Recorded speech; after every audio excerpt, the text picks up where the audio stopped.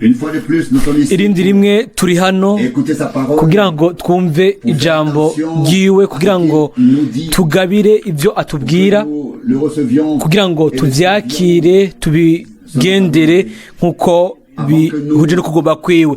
Imbere y'uko dusenga, Les entendre une courte nashaka gusoma ijambo rigufi ryo muri Zaburi 105. Hano haravugwa Psaume 105. Zaburi 105 umurongo wa mbere. Nimushime Uhoraho, mwambaze izina ryiwe, mumenyekanishe ibikorwa byiwe mu mahanga. Verset 2. Umurongo wa kabiri, mumuririmbire ishimwe, muvuge ibikorwa byiwe byose bitangaje. Umurongo wa gatatu, mwirate izina ryiwe ryera, imitima y'abarondera Uhoraho inezerwe. Verset 4. Umurongo wa kane, Ayez recours au Seigneur et murondere Uhoraho n'inkomezi ziwe, murondere mu nyonga hiwe ibihe bidashira. Umurongo wa gatanu, mwibuke ibikorwa byiwe bitangaje yakoze, ibitangaza byiwe n'amateka yo mu kanwa kiwe. Yemwe rubyaro rwa Aburahamu umusabyi wiwe, yemwe bana ba Yakobo abo yatoranije. Umurongo w'indwi, le Seigneur est notre Uhoraho niwe Mana yacu, jugement s'exerce. amateka yiwe ari mu isi yose. Verset 8, il se souvient. Umurongo w'umunani, yama yibuka isezerano ryiwe iminsi yose, ijambo yashinze yama agibuka uko urunganwe rugenda rukurikirana gushitsa ibe igihumbi. Niryo sezerano yasezeranye na Aburahamu, indahiro yarahiye Isaka. Umurongo w'icumi, akayongera kuri Yakobo, ayitsindagira ngo ibe icagezwe kuri Isirayeli, ngo ibe igisezerano ry'intahava. Akavuga ati, ni wewe nzoha igihugu c'i Kanani ngo kibe ishamvu mukubitiwe amabango.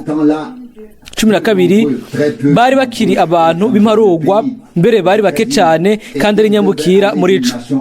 Bayerera bava mu ihanga baja mu rindi, bava ku mwami umwe baja mu bundi bwoko. Ntiyakundira umuntu n'umwe ko bazingirikira, mbere yahanye abami abahora. Ati, ntimukore kubona robanuje amavuta, ntimugire ico mugira abavugishwa nanje. Gushika hano aya majambo y'igiciro y'Imana canke aya y'umuntu w'Imana, twamaze gusoma iri jambo inshuro nyinshi, kandi mu kuyasoma ntitwigira duhagarika kuyazirikana ko hano rero ni twebwe ubu duhamagagwa, kandi n'ubwoko bwose ngo muhimbaze Uhoraho, mwambaze izina ryiwe, mumenyekanishe ibikorwa byiwe mu mahanga. Kuri ibyo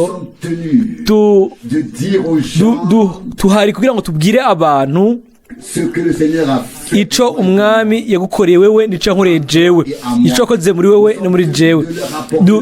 Ni byiza ko tubazanira ibyiza ivy'Imana yadugiriye twese, atari yuko tugenda ngo tubwire abantu ibintu bitizegwa canke ibintu bisa nkaho umenga biruko biri, ariko tuvuge ivyo umwami yakoze ku bwacu. Kandi dutegerezwa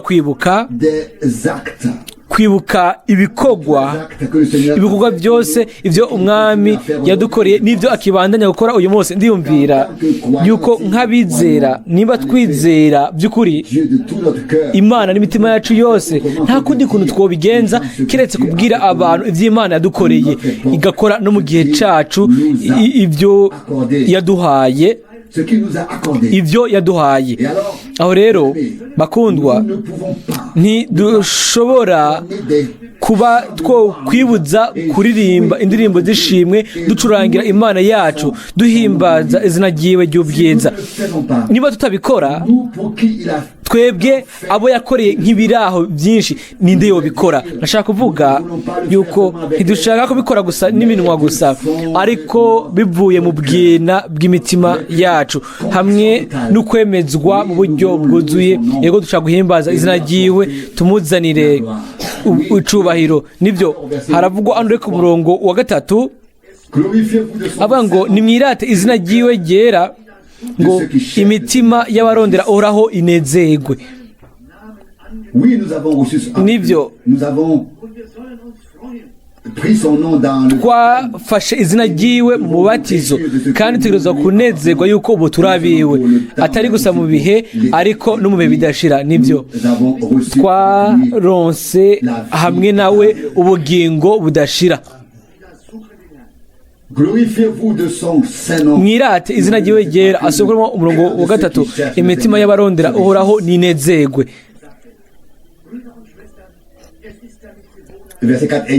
Umurongo wa 4, murondere uhoraho n'inkomezi ziwe, murondere mu nyonga hiwe ibe bidashira. Ibindi byo gukora bene data n'abashiki banje si ibintu by'akamenyero gusa, ahubwo turakorana misi yose kugira ngo turondere mu nyonga y'Imana yacu, tuyihimbaze, tuyisenge ko ni nziza cyane n'igitangaza. No kuri umugoroba naho ndizera ntakekiranya yuko afise byinshi byo kutubwira.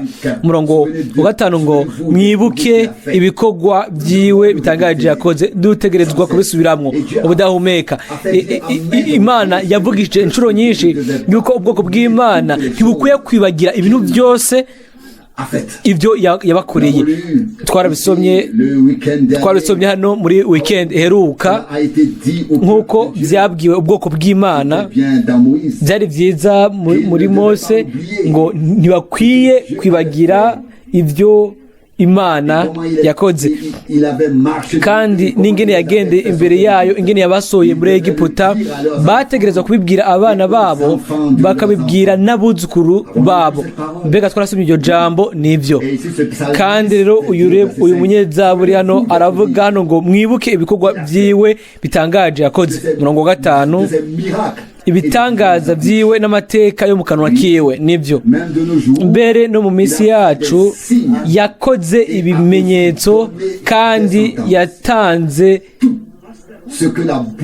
ibintu byose akanwa k'Imana kavuga, haba imanza zayo canke hakaba ivyumviro by'ubwiza by'agakiza canke ijambo ry'ubwiza ry'Imana canke amabanga imenyekanisha. Ibintu byose ivuze ibishira mu bikorwa kandi irabikora. Kandi rero turanezerwa cyane yuko dushobora kugiramwo umugabane mu bintu byose yaduteguriye mw'ino minsi. Umurongo wa 6, yemwe rubyaro rwa Aburahamu umusabyi wiwe, yemwe bana ba Yakobo abo yatoranije. Umurongo wa 7, uhoraho niwe Mana yacu.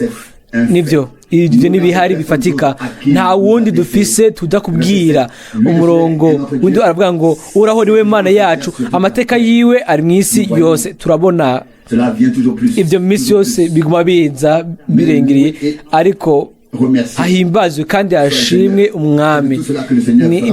Ni kuri byose umwami azosora ubwoko bwiwe kandi abuzane iwe. Mu bwingo bwanje itege uraho, we umuhe byose kuko arakunda cyane gufasha. Ntugire ubwoba kuko umutwenzi uratambika, ikindi gihe kikaza. Mu bihuhusi byose, mu mabaro wose, hose azokurinda. Imana yizigwa. Mbega turizera ibyo ico iyo ndirimbo ivuga. Bete n'abashiki banje turashobora kubyizera n'imitima yacu yose, kandi tukambaza izina ryiwe, tukamushimira, tukamuhimbaza kubwo ibyo bintu byose yakoze byiza kandi by'igikundiro. Ni n'umugoroba naho turashima cyane yuko mushiki wacu Mwene Data Frank ari hagati yacu mu buryo bushasha. Turashima kubw'ibintu kubwabo bose baje kuno mugoroba. Imana duhezagire twese. Ni ryo sengesho ryanje. Ubure duhaguruke kugira ngo dusengere hamwe. Data uri mu ijuru, ndagushimira n'umutima wose no kubwo no mugoroba no kubwo iyi saha. Mwami, turagushimira yuko utwemerera guseruka imbere yawe n'indirimbo z'amashimwe y'ubwiza, ukatwemerera ko tuguhimbaza. Mwami, uri Imana yacu, niko twasomye kandi uko niko tubyizera yuko twumva no kuno mugoroba naho, kandi ko wamaze kutwumva. Mwami, turakwiteze kuno mugoroba mu buryo bushasha twaje, kandi turibuka ibihambaye byose ibyo wakoze mu minsi yacu mu bwoko bwawe, mw'ino si, mu bantu warihishuye kandi wimenyekanishije mu bushobozi. Warungitse umukozi wawe umuhanuzi hamwe n'ubwo butumwa bw'igenekerezo. Mwami, turagushimira kandi duhimbaza izina ryawe ry'igitangaza turagusenga kugira ngo ushobore kuza ku byo ufite uburenganzira no kuri umugoroba naho mu buzima bwanje mu buzima bwacu twese mwami Yesu wizigirwa turagusabye ngo ukure ibintu byose bikuzibira ibintu byose bishobora kukubangamira ibintu byose bishobora kuzibira umugisha wawe wihe ikibanza muri twebwe turashaka kwitanga mu buryo bwuzuye kuri wewe kugira ngo ushobore kutwuzuza umugisha wawe na mwemu wawe mwiza yera turagukeneye mwami uburyo burengereye umunsi buri munsi turakeneye ubushobozi bwawe bw'Imana n'uyu munsi naho bene data n'abashiki banje twese turakeneye ubushobozi bwawe mwene data aza kuzana ijambo nawe arakeneye ubushobozi bwawe bwa kimana twese mwami turamuye amaso kuri wewe kandi tuje umutima wunamye tubigusaba mwami kugira ngo utuvugishe mu bushobozi kandi uhishure no mu bushobozi mwami tukuzaniye bene data bose aho bari hose mwami kandi tunakuzaniye imibabaro yose urazi buri mutima urazi uko bimeze kuri umwe wese tukuzaniye tuguterekeye byose turagusabye kandi ngo duhe ubuntu bwawe kuno mugoroba bwo kuvuga ariko n'ubuntu nabwo bwo kumviriza utange ubime ubiduhe tugwe twese ndabigusabye mu izina rya Yesu amen amen turicara umwizigirwa misi yose kuri Yesu umwizigirwa ku musaraba wiwe gushikaho tutashe mu rugo misi yose nka umwizigirwa kuri Yesu misi yose ndi umwizigirwa kuri Yesu ndi umwizigirwa ku musaraba wiwe gushitsa aho tuzotahira mu rugo misi yose ndi umwizigirwa kuri Yesu misi yose ndi umwizigirwa kuri Yesu umwizigirwa ku musaraba wiwe gushikaho tuzotahira mu rugo misi yose ndi umwizigirwa kuri Yesu ndi umwizigirwa ku musaraba wiwe gushitsa aho tuzotahira mu rugo Louange et remerciement au Seigneur. Hahimbazwe kandi hashimigwe umwami Tous ceux qui sont restés fidèles ku iherezo abazoba basigaye bose arabizigirwa bazokwambikwa igitsibo uzoshishikara gushika ku iherezo kandi turabizi yuko inzira ya nyuma urugendo rwa nyuma rw'inzira nirwo ruba rugoye cyane nirwo ruba rwuzuye amahwa ariko ku iherezo ry'iyo nzira imiryango y'imaragarita iruguruka ku bwabo bose babaye abizigirwa twaririmbye mu ndirimbo ya nyuma ngo ni aho gusa gukekeranya byinjiye niho umugwanizi asubirana intege ntidufise uburenganzira na bukenya bwo gukekeranya umuntu umwe yaravuze umunsi umwe ngo mwene data naka na naka ati mbega biragushikira yuko ukekeranya aravuga ati yego ndabyemanga nanjye rimwe murankekeranya ariko shaka kubabwira ibyo je nkekeranya ni kuvuga je nkekeranya gukekeranya kwanje hanyuma nibwiye yuko ibyo resi bibi ni nziza cyane yakekeranya ugukekeranya kwiwe ariko ntiyakekeranya ku ijambo ry'Imana ndabivuze n'ibigirangana kugira ngo ntihagire umuntu abishira ko yari mwene data w'umunyamerika yabivuze uko ibyo rero kinini bimbwiye nimba dukekeranya ku Mana ku ijambo ryayo ibyo hubwo byo hakumera nk'ibitababarirwa kuko Imana ni nyakuri ni y'ukuri kandi mu by'ikora byose niyo kwizigirwa il est digne de confiance, irabereye icizere, il est crédible, niyo kwizegwa, ce qu'il a promis, ibintu yasezeranije il le tient certainement. irabigumya nta nkeka. Même dans cette Iranavuga mbere mu majambo yuko ngo twebwe naho twoba abatizigirwa yo iguma yizigirwa kuko ntishobora kwihakana ubwayo. Timoteyo wa kabiri 2:13. Kandi natwe ntishobora kuduhakana kuko ubwizigirwa bwayo vous est assuré. Dieu a des hommes turabuhabwa. Imana irafise abantu batazigera bibagira ibyo yabakoreye. Reka mvuge yuko umuntu yibagiye, Imana hari ikintu itegerezwa gusubira kumukorera. Rero guhera aho nzi ibyo Mwene Data Ewald yavuze yuko ku ruhande rumwe birashoboka yuko umuntu ahezagirwa mu gice cya kabiri, agahezagirwa imigisha yose, agasigwa na Mwemu Yera, ariko ubugingo bwiwe butigeze bukogwako. Guhera aho rero ndatahura ibintu bimwe bimwe, kandi nkatahura n'ubupfindo bumwe bumwe bugasobanuka. Murazi yuko yacafye imizingi itatu, hanyuma uwibwina imbere mu muntu n'ubugingo, imwe mu y'ubugingo. Imana yaremye umuntu, hanyuma umuntu acika ubugingo buzima, ariko igice cya kabiri ni igice cy'imwemu y'umuntu, kandi muri iyo imigisha yose, buri mpano yose ishobora gukorerwa muri ako gace. Kandi reka ndabyature neza. Hanyuma imyumvire inshuro nyinshi aho nakunze kugira iduguta ndanakanye, ni mu gihe Mwene Data Ewald yariko aravuga inkomezi, akavuga ngo kuvuga mu ndimi sikimenyamenya yuko muri abana b'Imana. Je devais en effet traduire. Nategerezwa kubisobanura, nategerezwa gusobanura ibintu byinshi. Nanje ubwanje byari bingoye kuri ibyo bintu nagomba gusobanura, kandi sinashobora no kubitondeka neza nk'uko bikwiye.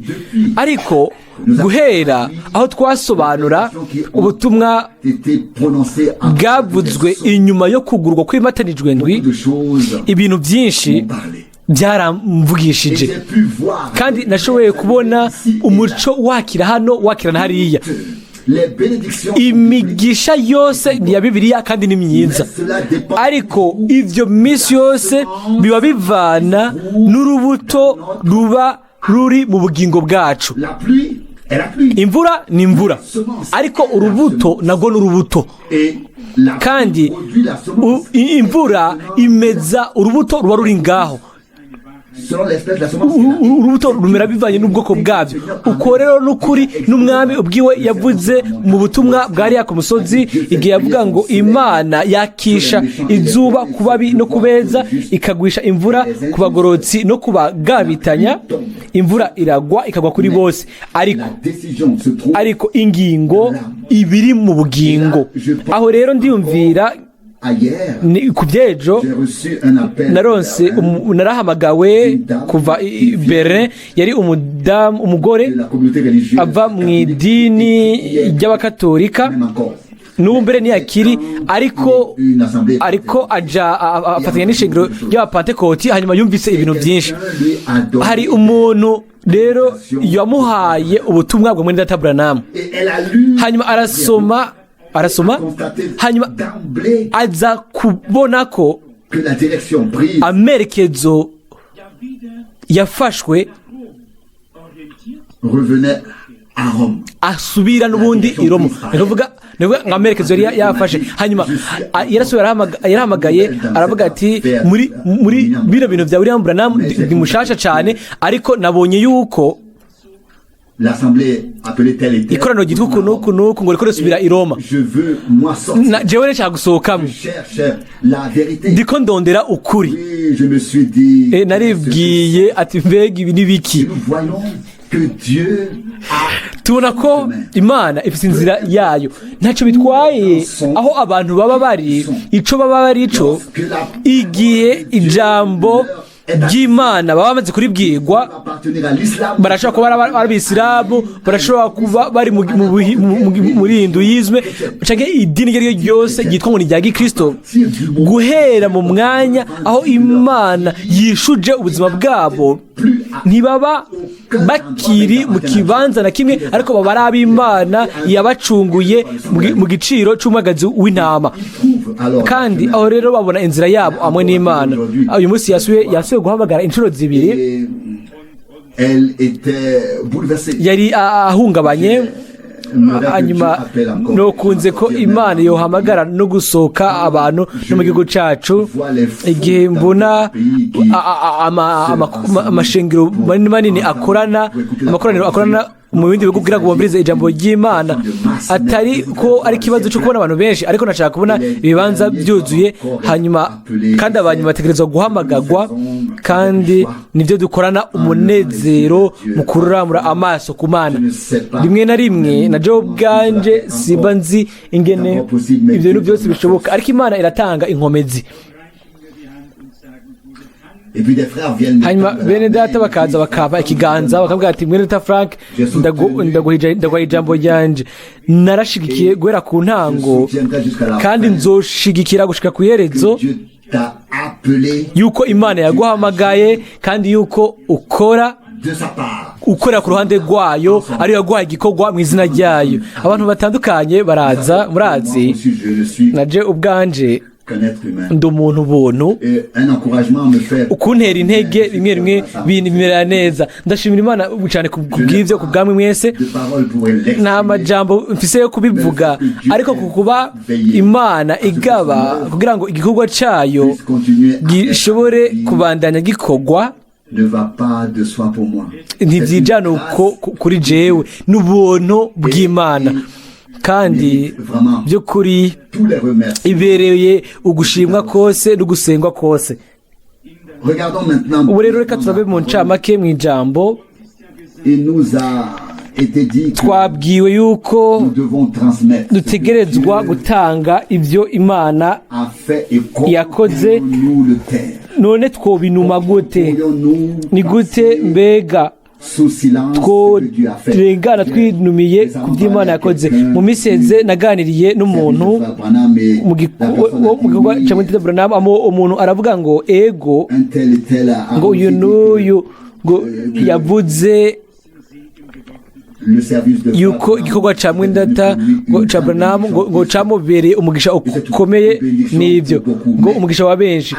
Ariko ninde ubufasha nyabwo buva ku Mana buhoraho bugumaho, ubwo twabonye biciye mico gikorwa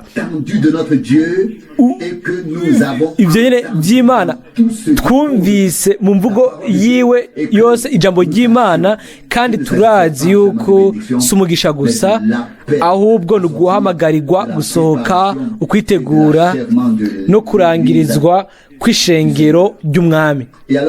Aho rero misi yose kuri je biba byoroshe ko mvuga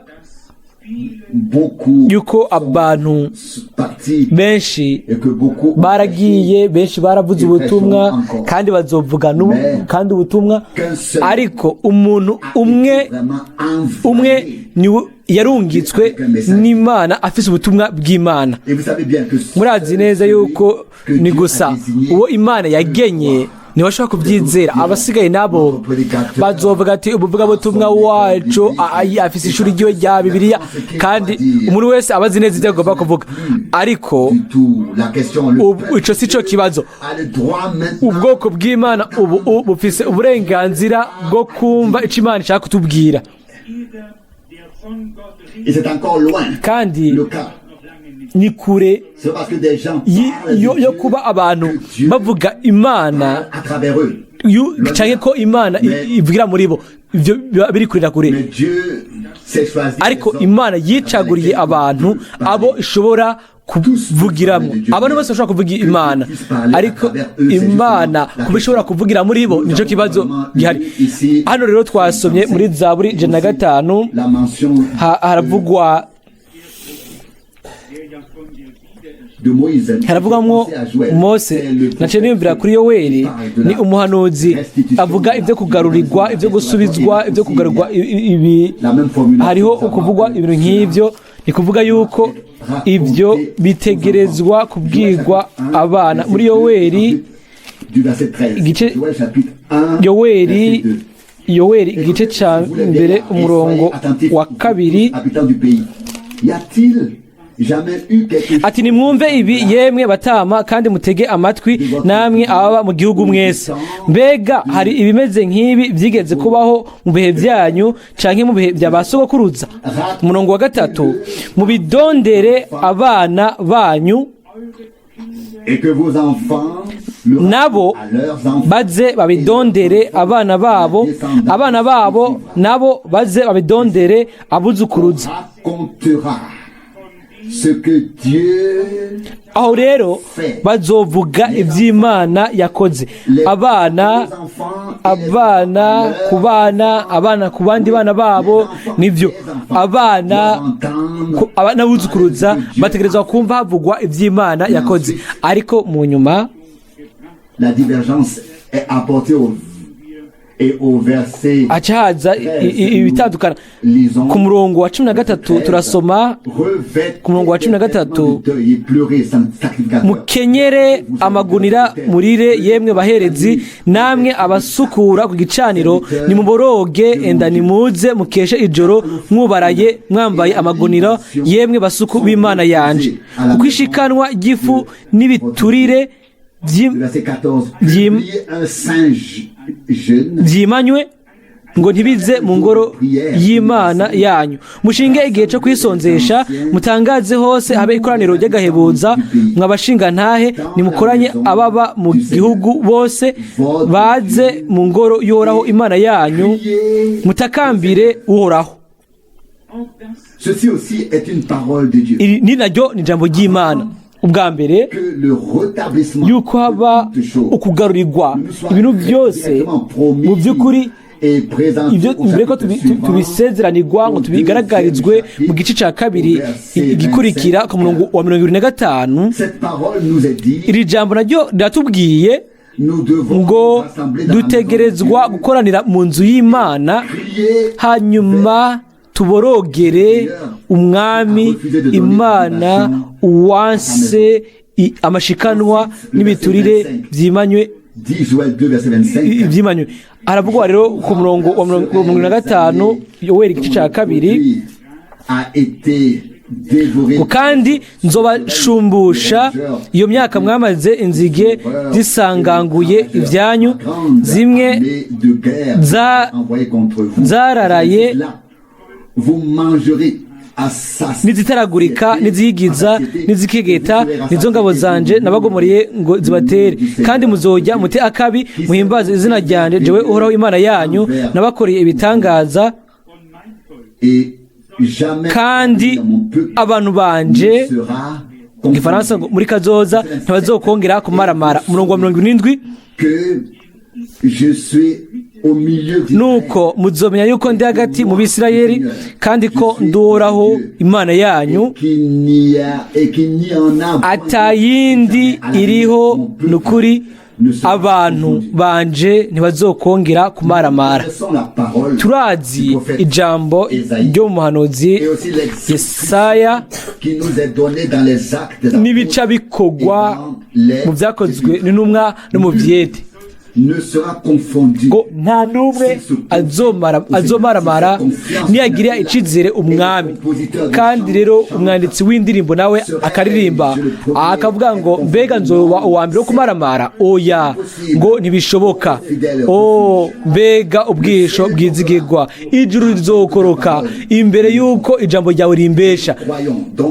Turizera yuko ijambo ry'Imana ni iry'ukuri nk'uko Imana iri, kandi nk'uko udashobora gusobanura Imana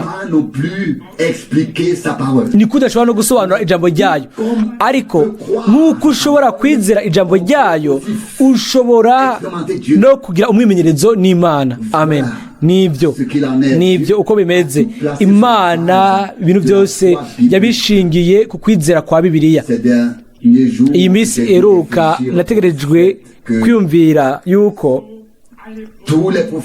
abahanuzi bose n'intumwa se promenaient avec leur titre de docteur et de professeur. bagendana ibyicaro byabo mbega bitwa abadogiteri oya ngo dogiteri ngo Simeon ngo dogiteri ngo Mose ngo professeur umwigisha Yosuwa n'ibindi abo bantu b'Imana bari bande Des laboureurs, bari abarimyi abungere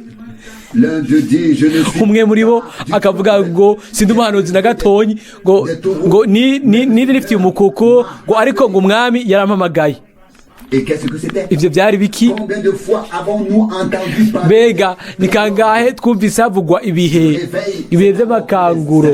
Niho rero abarimyi niba bafise umwanya wo gukaraba intoke baza mu gikorwa c'Imana bafise ibiganza bicafuye ariko bafise umutima utunganye. Amen. Aho rero Imana yarabihishurira kandi yarabahezagira. Que s'est-il passé? Beaucoup de choses. habaye ibintu byinshi ndabyibuka cyane haheze nk'imyaka 20 mu mashengero ya Pentecote abantu bose bahamagawe n'Imana bashobora kuvuga ubutumwa. Uyu munsi biragoye cyane. Ubwa mbere ishuri rya Bibiliya ryashizweho hamwe n'ibintu byose abantu bose rero ngo bumva ko bahamagaye kuvuga ngo babanza guca mu ishuri rya Bibiliya hanyuma ibyo bishigwa hejuru cyane. Hari abantu batashoboye gutsinda ibizamini byabo hanyuma hacaba urupapuro rw'umutsinda rwa segonderi rw'amashuri yisumbuye hanyuma hakaza ibya kaminuza ibisigaye ibindi byo turabizi. Abantu b'Imana baba ari abantu basanzwe bari hasi basanzwe bari bagize umwimenyerezo n'Imana hanyuma bakaba bazi uwo bizera bakaba bazi yuko bataza kuvuga ibintu byabo ariko baza kwigisha ijambo ry'Imana. Mbega mwiyumvira iki? Iyo Mose yaragiye nk'umwungere w'intama za sebukwe Yetiro akagenda ajyanye intama hariyaho n'ibintu byose byari mu ntama hanyuma akaza avuga ngo ni Dr Moyezi. Ndibaza icyo ibyo byari gutanga n'abo bakozi bose b'Imana. Mwibuke ubutumwa Mwene Data Branham ngo Imana yihishura mu biciye bugufi. Ibyo isi ibona nk'ibinyabwenge Imana kuva kera yamaze kubigaragaza nk'ubusazi kandi n'ibisigaye navyo izo bigaragaza nk'ubusazi nk'ubupfu. Ariko ikintu atakintu kimwe kivuze mu maso y'isi yabigize ivyecubahiro. Abahungu n'abakobwa b'Imana ubwoko cami abaherezi abo bamugirira icizere abo bashobora kumwizera. Mbega turi bande? Mbega twakoze iki kugira ngo ibi byose tube tubikwiriye? Nta kintu na kimwe twari tubereye uburake gusa, niko umwanditsi w'indirimbo aririmba, kandi tuzoba mu buntu turi impande y'Imana. Hanyuma kuherezo n'imbabazi, nta kindi bakundwa bindi ku mutima yuko abo bose ubu bumva ijambo ry'Imana bagira umwimenyerezo n'Imana. Nta gaciro na kamwe ko kuhazwa cyangwa kunezerezwa no kuvuga ijambo gusa. Abantu bumva bagira guhura n'Imana. Abantu b'ijambo ry'Imana bategerezwa aho bahurira n'Imana, bitameze nk'uko ibitangazwa biba bitakozwe mu ntego yo gushikira ico ijambo riba ryarukiwe. Ibyo rero byanje uko nyene bukwi na bukwi mu byumviro igihe nasoma mu byakozwe n'umwa uyu munsi. Même pas encore lu, j'ai seulement lu. Nasomye inkuru yo guhindukira umwami kwa Paulo. Nashaka gusoma hano mu byakozwe n'intumwa igice 9 kandi na cyane n'umurongo wa 11 niwo nitwaretse. Ndasoma umurongo w'10 n'uwa 11 ibyakozwe n'intumwa 9, 10 na 11. Or, il y avait à Damas un disciple nommé i Damasiko Ananias. hari umwigishwa yitwa Ananiya. Umwami Yesu aramwiyereka, aramuhamagara Il répondit, ati Ananiya, si, Seigneur. nawe ati sabwe mwami. Et le Seigneur lui dit, lève-toi, Umwami aramubwira ati va hasi qu'on appelle, uje mu nzira yitwa igororotse, et cherche dans la maison de Judas ubarizeyo mu rugo kwa Yuda umuntu yitwa Sawuli w'i Taruso, car il kuko ariko arasenga. prie. Arrêtons-nous sur cette parole. Duhagarare gato kuri iri jambo ngo kuko Il prie. raba ariko arasenga. Le Seigneur Umwami l'avait interpellé. yari yamukozeko, Il a eu une rencontre yari yagize uguhura n'umwami, pas de discussion avec ceux qui atari ibiganiro n'abantu bari bamukikije, kuko il prie. kuko ariko arasenga. C'est cette prière N'iri sengesho poussée niryo ryasunikiye Imana gukora. cette prière Iri sengesho était le prélude yari l'expérience avec ibi- Dieu ibi- qu'il a ibiva vécu. mu mwimenyerezo w'Imana yari yabayemo mu bikorwa, kuko Qu'il we ariko arasenga. on ne dit même pas il est sur le point de consacrer sa vie. ntibanavuga ngo ageze aho agira ashikariho ubuzima bw'umwami, ngo ageze aho agira ahindukire, kuko ngo ahubwo ngo kuko ariko arasenga. Qui est lié à Ibi- une expérience Fatanye n'umwimenyerezo hamwe n'Imana, poussée tout d'abord nuko ubwa mbere dusunikirwa mu isengesho.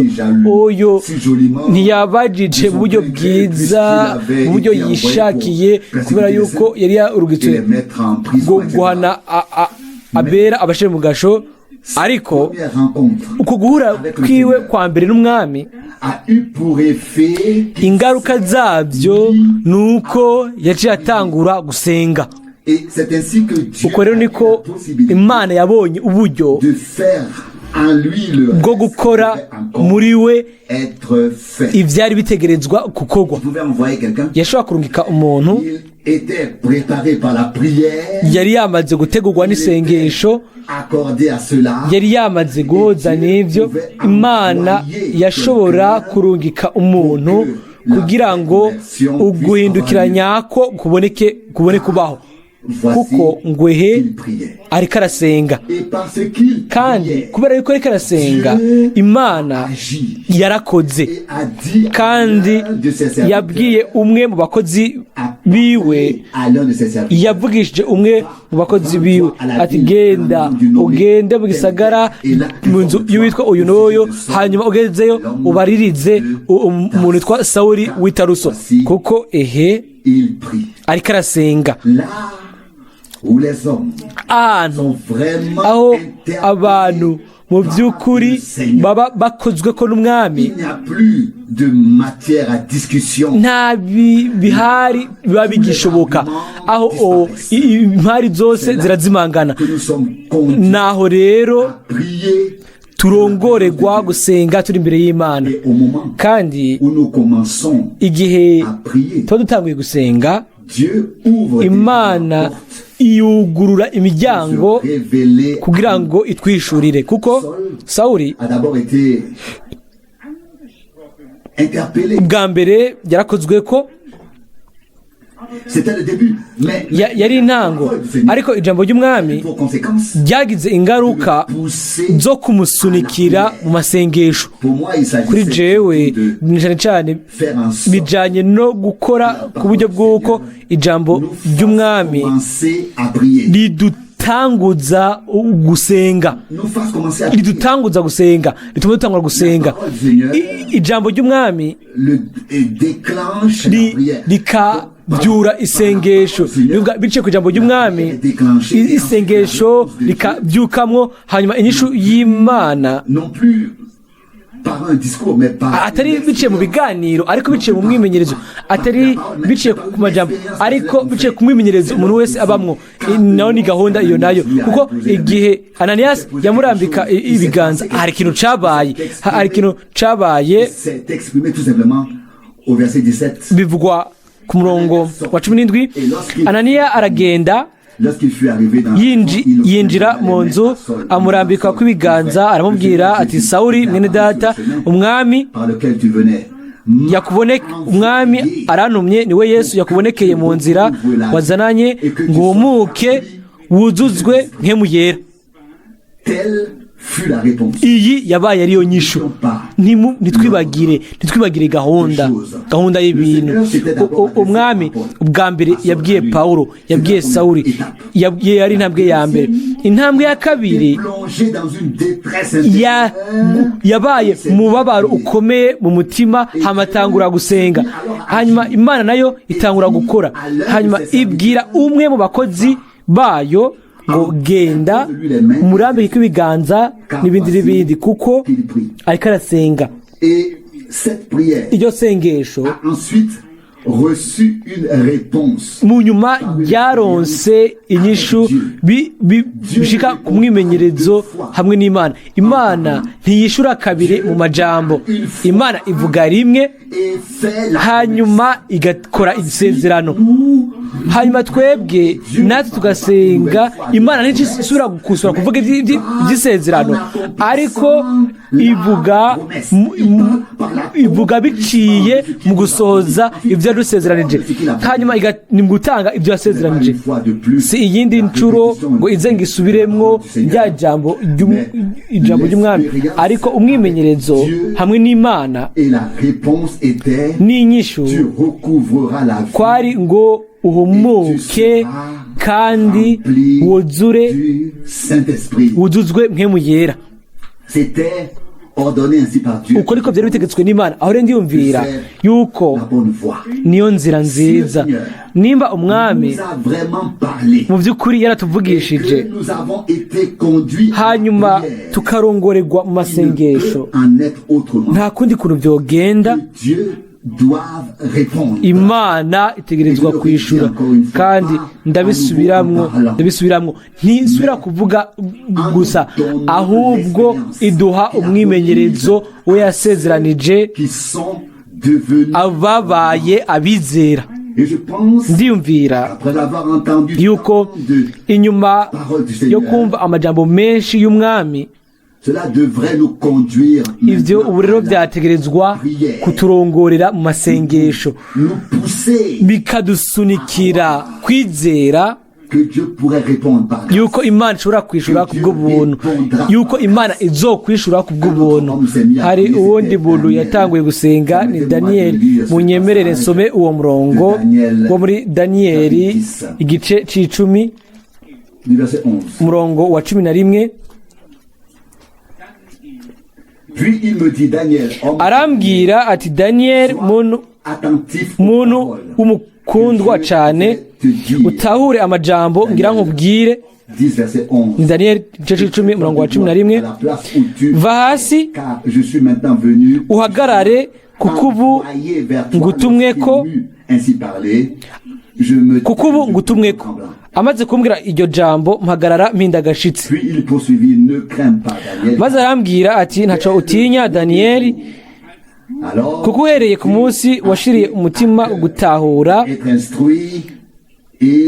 canke kwigishwa mu gifaransa no kwicisha bugufi imbere y'Imana yawe, amajambo yawe yarumviswe,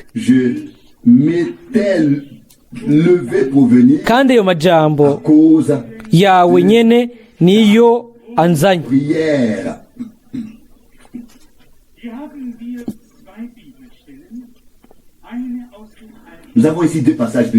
Hano dufite imirongo ibiri muri Bibiliya, umwe twakuye mu zino rya kera, uwundi mu zino rishasha.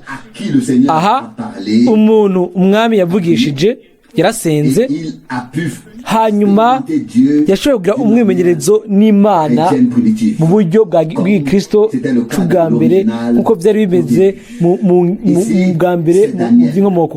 Aha naho ni Daniyeli, umuntu w'Imana, nawe yaje gusenga, yinjiye mu masengesho. Yari afise imyitwarariko ibiri. Yitwararitse icya mbere kwari ugushira umutima wiwe ukuronka inyigisho. Bakundwa, ibyo ni ingirakamaro cyane. Hariho abantu benshi uyu munsi bafise ku mutima gushaka kwigisha abandi, hanyuma ibyo ntibigera babibura. Hano hariyo umuhanuzi mu byumviro atarafise ukwitanga inyigisho, ahubwo yashaka guhabwa inyigisho. Ngico ikintu. Umurongo wa 12, kandi no guca bugufi imbere y'Imana yawe, amajambo yawe yarumviswe.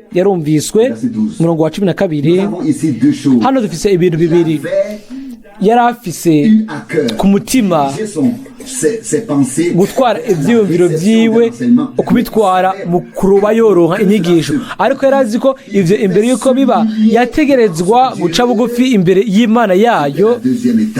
Iyo ni intambwe ya kabiri. Hanyuma hakacavugwa ngo amajambo yawe ngo yarumviswe. Ivyo bibiri byose birajana: inyigisho no guca bugufi imbere y'Imana. Imana ntituvugisha kugira ngo tuce tududa izuru. Imana ituvugisha kugira ngo duce bugufi mu mukungugu imbere yayo, kugira ngo mbere kuba yatuvugishije gusa turi umukungugu gusa. Hanyuma nuko rero hano ku murongo wa 12,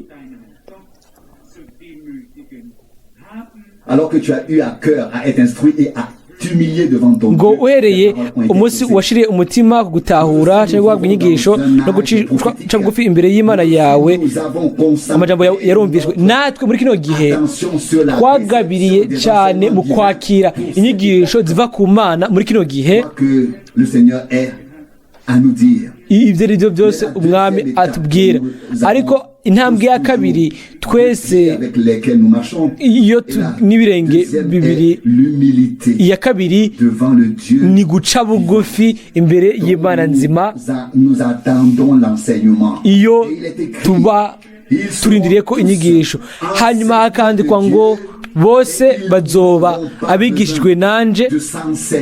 Ntibazoba bakeneye kwigishanya bamwe ku bandi ngo umwene data ngo igakomenya umwami, ngo ariko bazomenya bose guhera ku kiri muto gushika ku mukuru. Iryo niryo sezerano, niryo umwami Imana yatanze. Raba rero uko kwemezwa ngo amajambo yawe yarumviswe. Amen. Uyu hanyuma hari n'ibi bice bivugwa byiza byongera ko iherezo ry'umurongo wa 12, kandi ayo majambo yawe nyine niyo anzanye. Vanasa ngo nisengesho ryawe ryo rinzanye. Hariya Sawuli yarasenze, Ananias afata inzira kubera yuko umwami yamuvugishije ngo ariko arasenga. Hano n'umuhanuzi Daniyeli niwe ashaka kwigishwa, aca bugufi imbere y'Imana. Amajambo yiwe yarumviswe, kandi hano aravugwa ngo amajambo cyangwa amasengesho yawe niyo anzanye kugira nze kuri wewe. Iyi mirongo ibiri ya Bibiliya uyu munsi yankoze ko neza imbere y'amakoraniro. Ndiyumvira yuko iyi yabaye inzira y'Imana hamwe na Paulo, hamwe na Daniyeli, kandi ni hamwe n'inzira y'Imana hamwe n'abahanuzi n'intumwa n'ubwoko bwawe bwose. n'inzira yawe nayo nzira yanje hamwe n'Imana.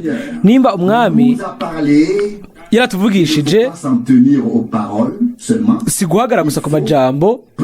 Birakwiye yuko dusenga tukipfuza, tugahamira yuko ijambo ry'Imana rishobora gusohoza. Kandi uguca bugufi imbere y'Imana nabyo bigira umugabane muri ibyo. ku majambo yacu bisa nk'aho biha inkomezi zihagije kugira ngo bidukwegere uguca bugufi imbere y'Imana. Umwami ahambarira abanyabibone agahagira ubuntu abaca bugufi, hakavugwa ngo muce bugufi munsi y'ikiganza c'ubushobozi c'Imana. Ntibisigaye ku ntumwa, ku badozi, kuri jewe canke kuri twebwe, ntihasigaye ubundi buryo kiretse uguca bugufi imbere y'Imana, tugashaka kwakira inyigisho, tukinjira mu masengesho. Aho rero tuzogira ubushizi bw'amanga yuko Imana izotwumva. Bakundwa, ndizera yuko Imana yatuvugishije kandi yuko imbere muri twebwe turumva ko dukeneye gusenga, ariko nubwo biri uko rimwe na rimwe turafatwa. Ego ni iki kidufata? Mbega ni iki kidufata? Nkuko twabisomye muri Yoweri mu mwanya uheze ngo mukoranire mu ngoro y'Imana, yora Imana yanyu hamwe n'abaherezi, kandi hari acavugwa acakoreshwa ijambo ngo muboroge. Rero ntidukeneye ibyo kubigira inama n'umwe, ariko nimba umunsi umwe bitegereza gushika, ntihagire uwo tuzobibuza, ntitubibuze umuntu n'umwe, kuko mwe mu Imana ashobora no gukora ku buryo bw'uko ukuboroga nk'uko gusohoka mu muntu nawe ubwiwe atabiteguye, ataranabishaka mbere, ariko bikadudubiza uko. Rero tugabe kugira ngo ntituzibire Umwami. Munyemerere nsome ibyo hano ku murongo muri Yoweri, murongo wa 14, muri Yoweri wa mbere igice ca 14. Mushinge igihe cyo kwisonzesha, mutangaze hose habe ikoraniro ry'agahebuza. Murabizi yuko umuntu nimba ategerezwa kuboroga, nuko ibintu biba bimeze nabi cyane, biba bimeze nabi. Rero kandi ntagire icyo twishiramwo umutwe, ibintu uko bimeze ubu ni bibi cyane gusumba uko twobitahura muri rusange uko bimeze, birakomeye. Reka rero turekere ijambo ry'Imana rituvugishe ku bw'ubuntu. Munyizere abantu abo Imana ivugisha nibo Imana ifitanye umugambi, abo ishaka guhezagira bategereza kuba mu byo yabasezeranije. Umuntu Imana atana kimwe ifise akorana nayo, idafise ico bakorana n'uyo, nta kintu kimwe bahuriye ko, nta cifuzo na kimwe kibyuka muri uyo. Kuko niba Imana yarabyicifuzo muri twebwe, nuko yitwararitse kuba yo igihaza ikishura. Mbega nivyo canke sivyo? Mbega ntitwavyumvise nkuko twabivuze? Imana ntiyari gushobora na rimwe kurema inyota mu muntu canke mw'isi y'ibikoko iyaba hatariho amazi yo kumara iyo nyota. Ibintu byose Imana ikora iremera muri twebwe, ibintu byose dusabye, ibintu byose itumye twifuza, iba yamaze kubidutegurira kugira ngo tuze kuri yo, hanyuma tubone kuvyakira. Amen. Sawuli yarafise ubuzima bumeze neza, nukunze ko byomera nkuko kuri twese kubwo buntu. Ntiyarakeneye kurindira igihe kirekire, bamurambitse ibiganza kandi byose byavugiwe mu ryungane rimwe. Mwene Data Sawuli, homoka kandi wuzure nk'emu yera. Yari cyari kigwanishwa cyaturanijwe, kandi ndizera ko natwe turi mu bwoko bwaturanijwe. Ibyo bishobora kuba bisa nkaho menga kwigira ibintu kuri bamwe, ariko ibyo tubyizera n'imitima yacu yose. Ariko kubera yuko rero tubifisemo umugabane, nicyo gituma Umwami yatuvugishije, nicyo gituma yabyuye muri twebwe icifuzo biciye kuri aya majambo, kandi yabyutse akakamo ko gutakamba ni isengesho, kandi kubwo buntu ashaka kubihaza aduhe umwimenyerezo uwo tumusaba. Hahimbazwe kandi ashigwe hejuru izina ry'iwe ryera. Amen. Louange et remerciement. ahimbazwe kandi ashimirwe umwami. Ubu rero turahaguruka kugira ngo dusenge. Père céleste, Data uri mu ijuru, turagushimira twese hamwe kubw'uno mugoroba no kubwo ijambo ryawe ryera ry'igiciro remise devant nos yeux, iryo washize imbere y'amaso yacu ntitwabyumvise gusa, ariko imitima yacu nayo irabishima. nous, Seigneur, Mwami, dushobore nous aussi dans cette kuba situation, natwe turi myomero mwami by'ukuri, tukaba dukozwe ko bidasanzwe n'igikorwa ca mwemu wawe, tugashobora gutaka mwami.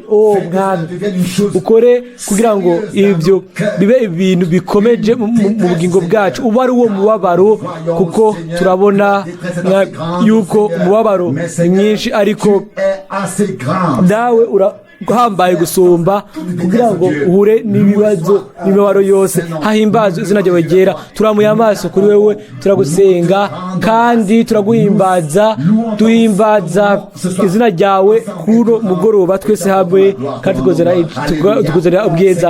Haleluya. Mwami, urabereye ukwakira ukwemera amashimwe, icubahiro, ubwiza, ugusengwa mu izina rya Yesu. Haleluya. Amen. Amen.